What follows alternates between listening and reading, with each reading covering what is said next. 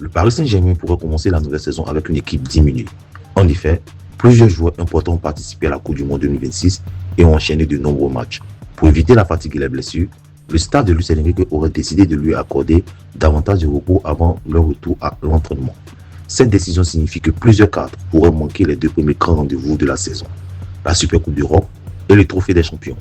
Le PSG devra donc compter sur les jeunes joueurs et ceux qui sont revenus plus tôt de vacances pour rester compétitifs. Même si cette situation peut compliquer le début de saison, le club pense surtout au long terme.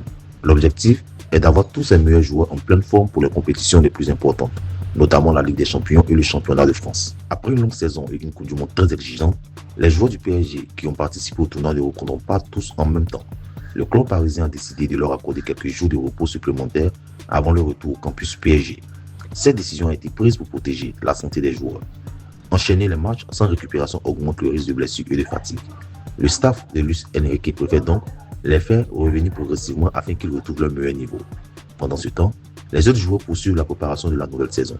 Les jeunes du centre de formation auront aussi l'occasion de montrer leur qualité lors des premiers entraînements et des matchs amicaux.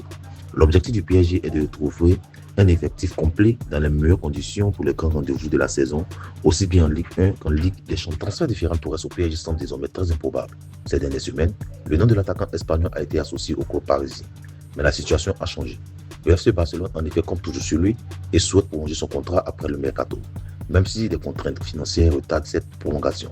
De son côté, le PSG préfère ne pas insister sur ce dossier. Les dirigeants parisiens veulent éviter de perdre du temps sur un joueur que Barcelone n'a pas l'intention de laisser partir facilement. Ils devraient donc concentrer leurs efforts sur d'autres attaquants afin de renforcer l'équipe de Luis Enrique. Pour Ferran Torres, l'objectif reste de poursuivre son aventure en Catalogne. Sauf énorme retournement de situation, il devrait continuer à porter les couleurs du Barça lors de la prochaine saison, tandis que le PSG cherchera une nouvelle cible pour son attaque. João França est un jeune attaquant brésilien de seulement 16 ans. Il joue à Palmeiras, un club connu pour faire naître de grands talents. Le club vient de lui faire signer son premier contrat professionnel pour 3 ans. Mais Palmeiras a aussi décidé de mettre une énorme clause de départ élevée à 100 millions d'euros. Pourquoi un montant aussi élevé?